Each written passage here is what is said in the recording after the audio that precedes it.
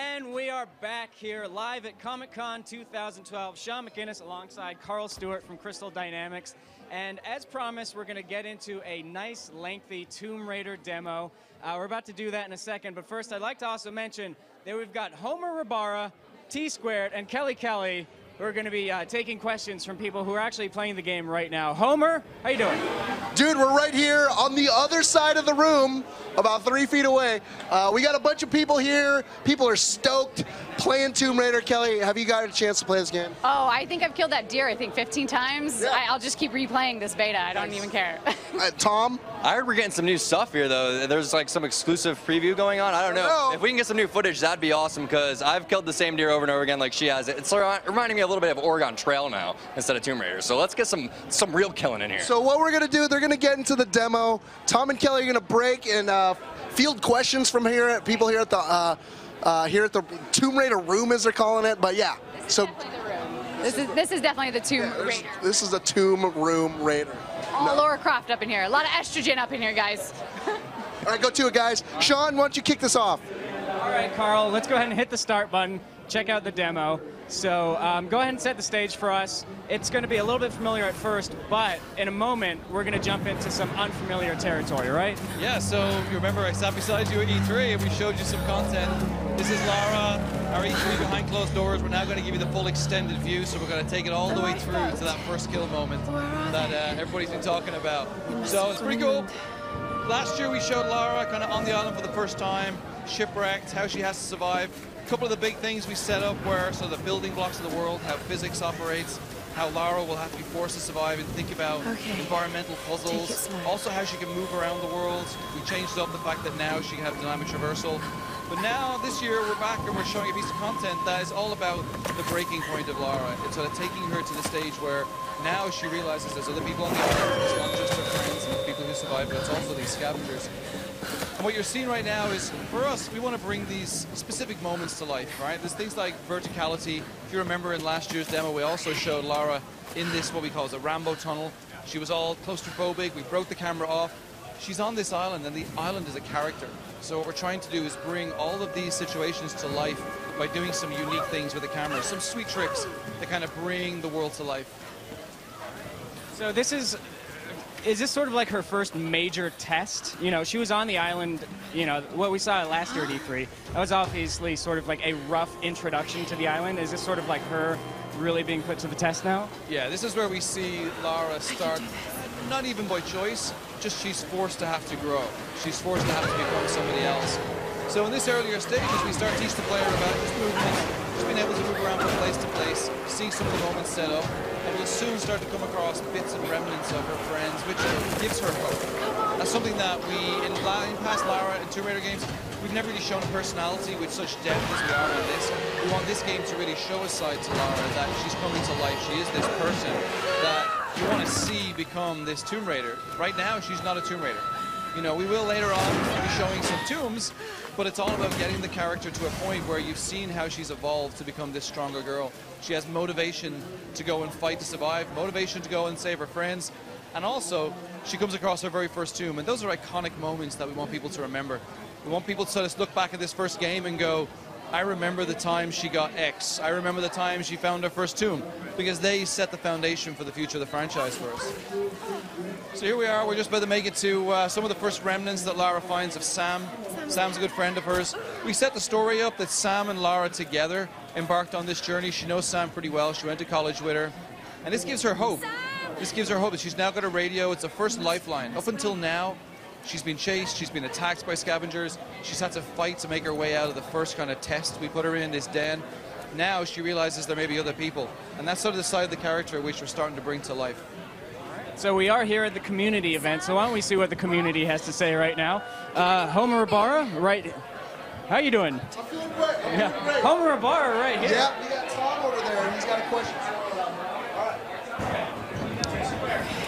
All right, so I'm a pro gamer. I'm usually all about the games, but this is a little bit out of my element. I'm normally all multiplayer. I'm mind blown by this. I'm obsessed with Lara Croft, and I want to know, why doesn't she just take off that overshirt? I mean, it's a little dirty. It's raining out. You know, the undershirt's white, so that's what my main question is. But so I'm here with my main man, Rich. Rich, what do you think of Tomb Raider so far? So far, the gameplay is really smooth. It reminds me a lot of like an Uncharted type of game, as opposed to the old school Lara Croft, where she would like try to turn Resident Evil style and be like. It's actually smooth handling. You can actually get a better gameplay and a lot better feel from it, from what I see. So you've played the Tomb Raiders of past. Yeah. What do you think of having a bow and arrow in this game right from the get-go? Are you a big bow fan? Because I am. I feel like it's going Hunger Games. I think everyone's thinking bow and arrow these days. I always miss the old guns, but you know what? It's more that feel of what you would actually see in like a hunting type of situation. So I think it actually makes more sense to go bow and arrow. So do you have any questions for the developers right now? Because I got a question. We want to do a dual question, or what's going on? I got a question for them. Is this supposed to be a retelling or a reimagination, or is this actually trying to reboot the whole series? All right, there you have it. Back to you guys. Okay, Carl, why don't you go ahead and answer that question? Retelling, reimagining, rebooting. Let's get into a semantic battle. Yeah. So this is basically day one. So however you want to look at it, whether we're rebooting the franchise, to us, we're starting from scratch. We're taking a young girl who's never been on a journey before. We're not looking at the series and going, we're going to get her to a place where you'll go, oh, now Lara meets her grandparents or her father or she lives in a mansion.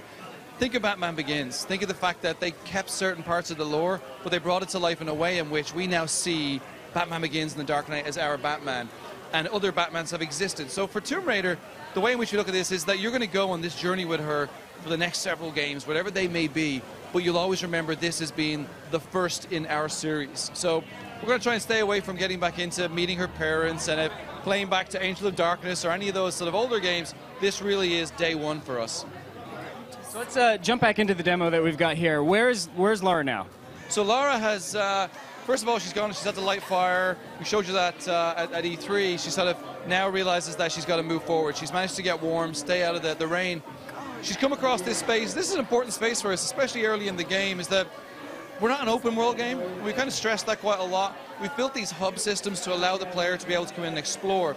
So we're teaching the player at the early stages about what these smaller spaces and how they work and what they look like before we get into these larger, massive areas. We showed one of those last year with the Night Hub where we met Roth, and it was a massive space. We showed a radio tower up on the cliff, and we basically say, we promise you'll be able to make your way from ground zero all the way to the top of that radio tower.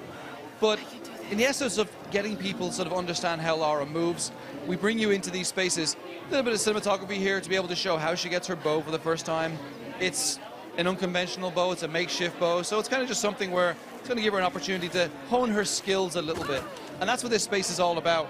We show a little bit of emotion, but really it gives the player the opportunity to move around, see how she moves, and get to feel Lara on the sticks. And that is a big thing for us, because you want players further on in the game to feel like we've progressed you through that journey and through that experience.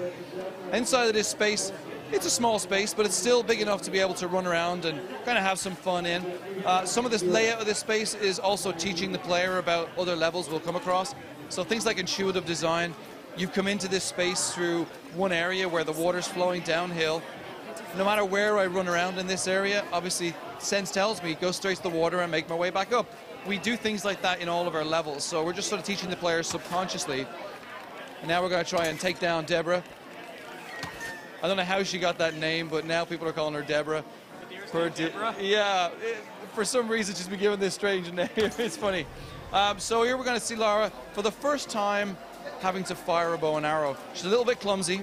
You know, she misses a little bit, but eventually when she does kill the deer, she goes down and you see this remorseful. So she's sorry she has to do it, but she needs to eat. Now, throughout this game, we're not going to be making that a theme where it's kind of, you know, pick berries and drink your pee to survive. It's not a survival sim, but what it is about bringing unique experiences like this to life. We will have Lara go around and scavenge and find things, but it won't be find medical packs all the time, or it won't be find food all the time. So there's moments like this that we set up the scene, we set up the moment and the experience that, of course, she has to eat. So therefore, it's pretty traumatic when she does it.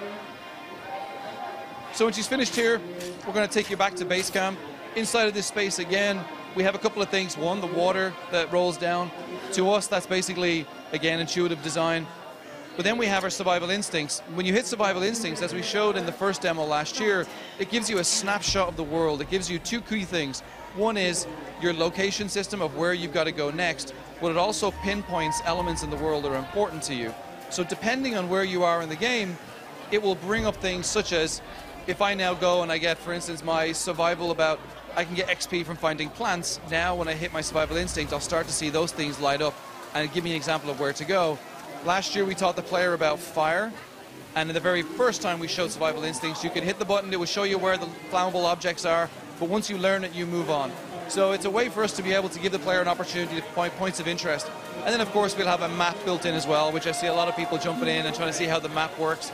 That's an easy way for us to be able to allow the player to know where they are at all times. Real quickly before we get to this next segment, let's go find another question. Kelly's over there. Kelly, I understand that you've been talking to some folks over there. Not only one, but two. Two peeps. Yeah.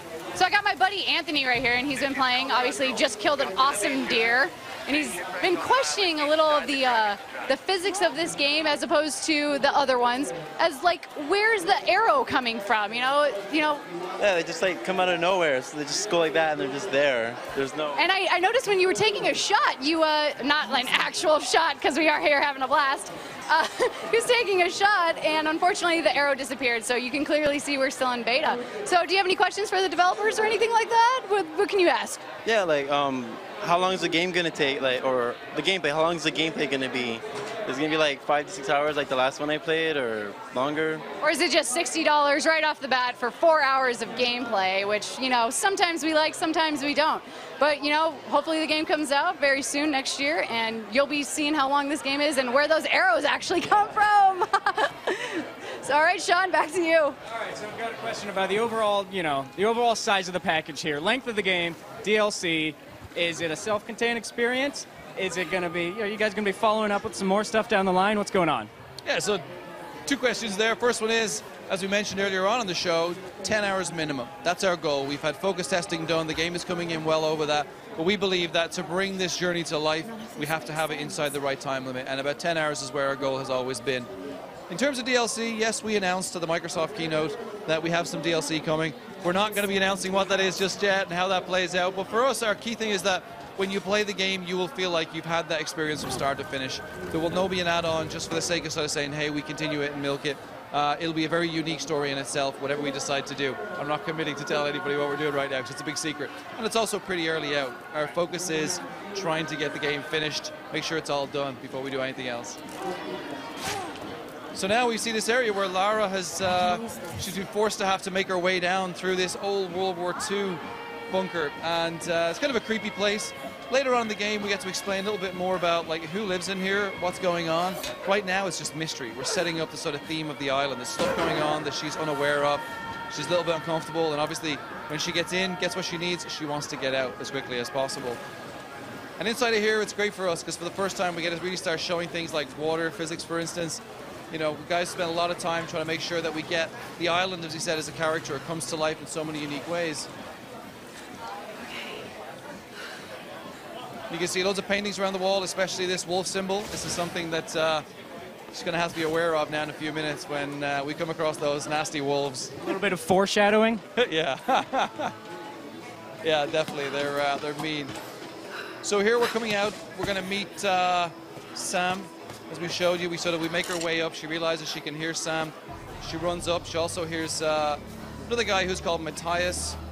Matthias is a teacher who's on this island. He's been here quite a while as well. A little bit creepy. Of course, he'll play into the story. He'll set the tone. The others wanted to go further in. I feel like you spend enough time on this island, everybody gets a little bit creepy, right? Oh, yeah, definitely. And we can see that even some of the people who survived with Lara. You got to watch them and think, okay, there's a little bit more to that person.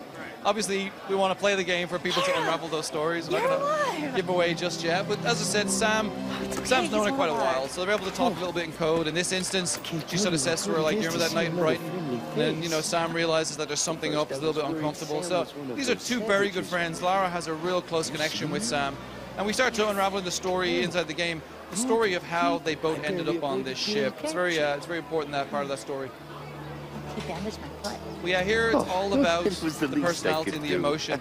We had Camilla My and the team, manners, the I'm rest of the sorry. actors in the studio I'm did performance Matthias. capture. As Camilla mentioned earlier on, she had the teach you full by suit show. on, the helmet, the camera in front of her. We were lip syncing. There's the smallest little details that we even see. People who see it for the first time may not see it, but there's little nuances that even we see and think that's what brings the scene to life. You know, you'll see now where kind of Lara talks to Sam, and she kind of acknowledges by looking at Matthias and gives like a little shrug of her eyes. And they're all so small, little subtle things, but you start to read the character, you start to realize what's going on. You'll see it again in Matthias here. You know, she acknowledges Matthias, for instance, just before he grabs Sam, he kind of changes his eyes, changes his set of his face. He starts to realize the game is up. I've got to take a Sam capture.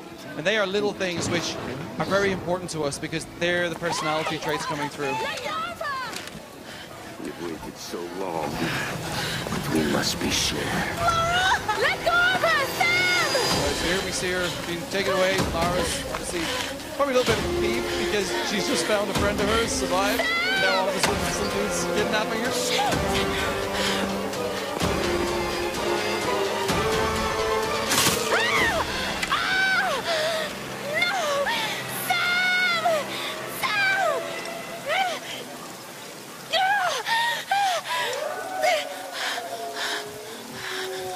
Right, so here's where we come across these nasty wolves. These wolves are it's the theme on the island. It's a bit like the deers. The deer. It's very important to us that we don't just sort of throw you into a situation where we say, "There's your bow and arrow. Go kill something or go kill somebody." We want you to go through this sort of growth, this experience of knowing how the bow works, how she's forced to have to use it at times, especially one getting food, killing the deer. You know, there's no fear in that situation apart from just her having to do it. Whereas here, you're being attacked by these wolves. So these guys will come out randomly. You've got to kind of watch where the rustles are, get ready for them. A little bit creepy when you set the tone, the audio. It's really the first time I ever played this. I was definitely creeped out myself. But again, what we're doing is we're teaching the player about how to use the arrow, how to use bow and arrow, how to be a little bit more sort of thoughtful about how to hold it back, how quickly to use it. Because it's not as simple as just saying, okay, we've got a bow and arrow, I can hold it up for as long as I want. She does get tired. There are natural things that you physics the character that you'll see her kind of go shake it out a little bit. So here's where we introduce you now to some of the other cast and crew on the island. First we see people like Reyes. You know, some of these people will start to unravel a little bit more in the game where they'll come to life in their own way. But right now, some of them we sort of bring in because they're important to it. So Whitman, for instance, is a character we meet for the first time here. Whitman plays a big part in the game. We got people like Alex and Jonah, and we're looking forward to bringing those stories to life. But one of the things we want to make sure is that we don't just tell you who they are straight up. You get to sort of see them. You get to see how Lara's personality changes as you go through the game because she interacts with these characters in very different ways. So in this instance, they realize they got to go and find Sam. Lara's been injured. You know, she got a foot caught in this rusty old broken bear trap. Thankfully, it's a broken bear trap. It's not an actual bear trap, which would sever her leg off. So she's still okay. She's not going to hobble a little bit. She shows the pain of it. But now she's going to stay with Whitman whilst the rest of the survivors all go off and try and find Sam. Let's see if we can't take a second to answer another question real quickly. Homer Rabara is right here, about 3 feet to my left. Homer, take it away. Feet to your left, Sean. You can probably see yourself in the camera shot back there. Anyways, I'm standing here with Leo from Tijuana, man. How's it going, Leo? I'm pretty fine. I'm pretty excited to be here. Awesome. So you're a big Tomb Raider fan? Yeah, since I was little, I played the first one, second one, third one. Like, I owned all of them. Cool. So what do you think of this one so far? This is amazing. It's really cool. It's different from the old ones. It has a lot of RPG elements, which I like, and it wasn't, those weren't part of the old ones. So this is like a reimagining, I guess. It's like a reboot, and I like that. It's a fresh take on Tomb Raider. How you like the bow and arrow? It's pretty wicked. I mean, it's like you can hunt, you can kill deers. I'm all about killing some deer. Yeah, it's pretty hardcore compared to the other games. All right, Leo, you have an opportunity right now to ask a question to the developer of Tomb Raider. Do you have any question for our guest here? Yeah, I can see that there's a map here and that you can explore. So maybe my question would be like, how linear is this game? Maybe if it branches into different paths, if there's multiple endings. Yeah, okay. Pretty much, yeah. All right, so Sean, so we got our question over here. Oh yeah, I'll keep talking. All right, so Leo, looks like they're getting something else set up here. What other features of the game do you like now that it's kind of overgoing like a reboot? Yeah, well, it's very cinematic. Like from the title screen where it shows like Tomb Raider and you're already playing the game, so it's like the credits are rolling, but you're playing. So it's different from other games that I've played. It's very cinematic. Yeah. All right, cool. Anything else? Not at the moment. I'm just enjoying the game. Well, I'll let you keep playing the game. I'm going to go check in with Tom and Kelly and see if they got any folks. Tom, we're... My boy Mike left, man. My boy Mike left. He bailed. He bailed on me, but... Did he tell you his question at least? No, he didn't. He didn't tell me his question. I was super stoked to interview him. He played for like 20 minutes, and we had like this whole thing going, and then he left with his... And then he bailed. They went, hopped on the... Yeah, whatever. Whatever. So whatever those people do. Whatever, dude. Whatever, Mike. Yeah. From Thanks a lot, Mike. Yeah, great. Hope you enjoyed the game. All right, Kelly's got somebody over here. Kelly, who do we got? I got another girl gamer, obviously. All right, we got a girl gamer here. Good. Yep, sure. Yeah. What's your name and where are you from? Fabian, and I'm from San Francisco. Oh, cool. SF City, baby. So, what do you think of the game so far? I just started playing. All right. It's good. I think I played this last year, actually, now that I think about it. No, I don't think you did. No? It's new. It's definitely new. No, because they're the same thing. Cool. I like how it plays kind of like a movie rather than a video game. You're like playing a movie. So that's what I've enjoyed about it of the 5 minutes that I've played so far. So 5 minutes? A whole 5 minutes? Yes. Yeah, I can judge a game in that. All right. Do you have any question off the... Have you been a Tomb Raider fan for a long time? I remember playing the first one when it came out, so yeah. I wouldn't say I'm a hardcore fan, I guess. But we have an opportunity to ask the developer any question you want. Do you have any questions for these fine folks that created the Tomb Raider video game? Maybe just like, I don't know. What do they think about the movie adaptations, maybe, if they're true to the games? That's a very good question. So if the characters are true to what they have imagined and put together, so. That's a good one. All right. So Sean, thank you very much for your time. Sean, we got a two-part question, one from Leo over here, and I'm just going to stand in the shot. How about that? Let's just all get together. Let's just all do this. So Sean, Leo from Tijuana had a question. He said, we got the map, right? Is it kind of a free roaming thing, or how linear is the game? Is there multiple branching storylines? Is there multiple endings? So we basically have one storyline that goes from start to finish. We'll have a load of sort of secondary stories that you can go back into our hub system, into some of these spaces such as the night hub, or even the scavenger den, which we're going to show soon, that will allow you to look at some of the other mysteries on the island. Gotcha. The idea is to take you from sort of the beginning to the end of the story. We don't want to give those many choices that by the time you get to it, you kind of feel like what happened. We want you to go on that journey with Lara. Gotcha.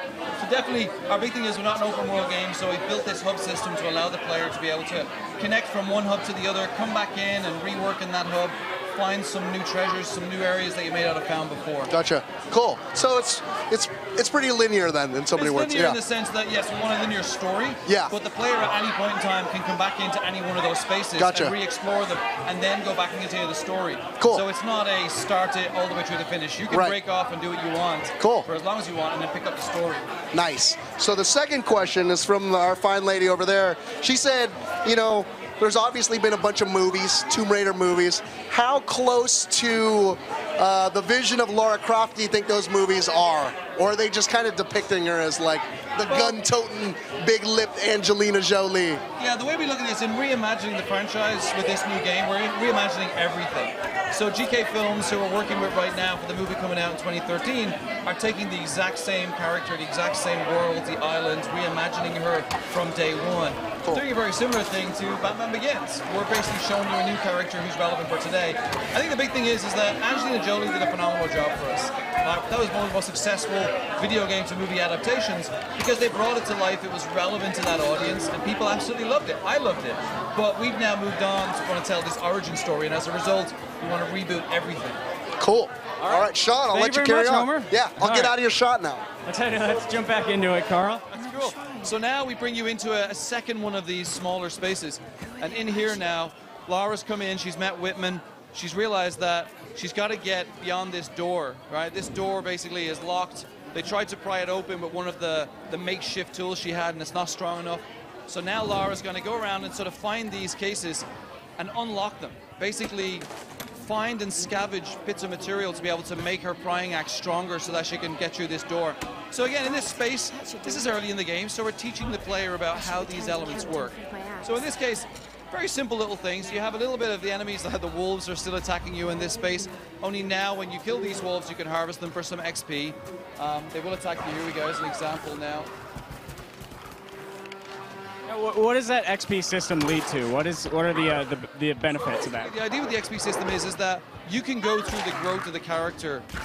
You can go through it with Lara. You can participate in it. So as you go through these experiences, for instance, we have the survival skills. So let's say you kill a wolf. You can harvest it for some XP points. You can go back to the base camp system, and you can use those XP points to get skill points. Those skill points unlock new sort of attributes of Lara. So for instance, she can hunt better, she can see further. She's able to retrieve more arrows than she was before. So the idea is that we get to see the character grow. We want to be on that journey with Lara all the way through. So in this case now, we've gone and found enough salvaging equipment to be able to make this prying axe stronger. Now, throughout the game, you'll be able to do this with all of the gear that you get. It's not just the climbing axe. You'll be able to do that with the bow and arrow. Obviously, the bow's got to get stronger. We have new equipment we'll start introducing later on. So now here we have, she's able to make it stronger. She can open the door. Whitman's on the other side. He already had a lever which would work for her. But this space really for us is about, again, teaching the player about how to sort of move around, how to find stuff while still being attacked, thinking about how you get out of a situation. We also showed Lara stabbing one of those wolves right in the face with an arrow. Do whatever it takes to survive. So now we're moving into a stage where we start to introduce the scavengers. These scavengers have been on this island for quite a while. They're a very intimidating group, but inside of this space, now we see her being captured. We're going to see these guys find them for the first time.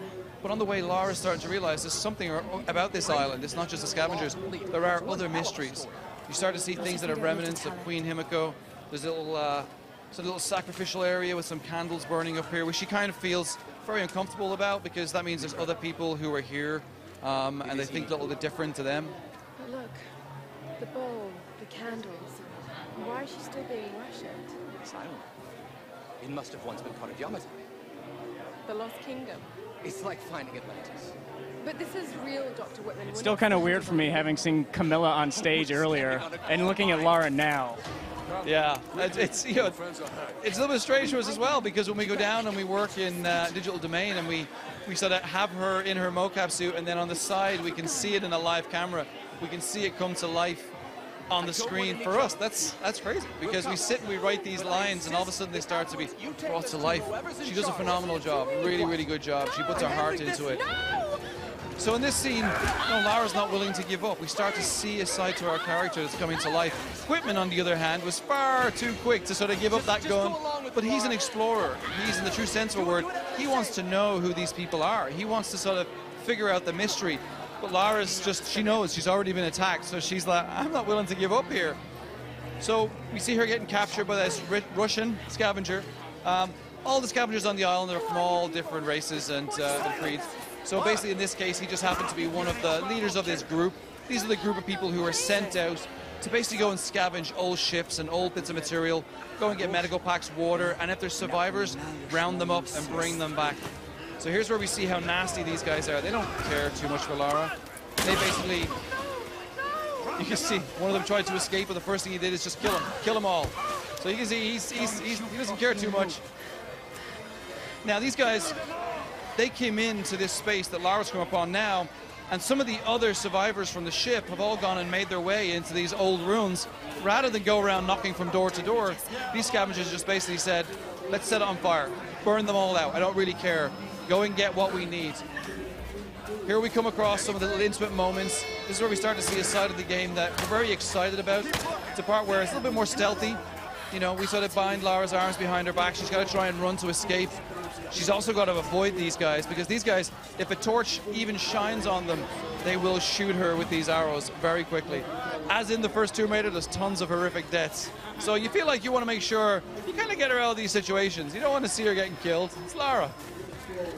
Or, as some people who've played it, love to see her get killed over and over and over again.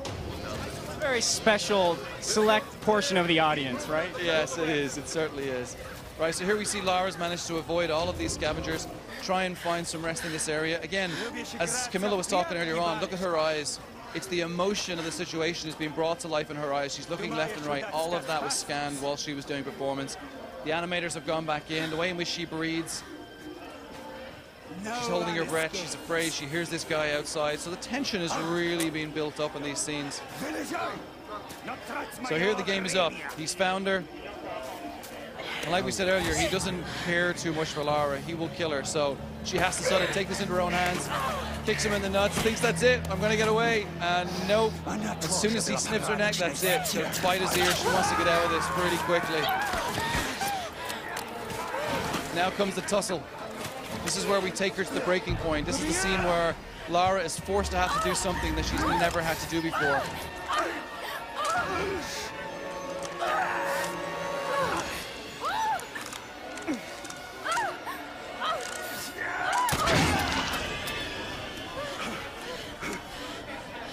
Now the difference here is she's been forced to have to do it, but the first thing she does afterwards is put the gun down and she cries. This is a very emotional scene for her. She's been forced to do this.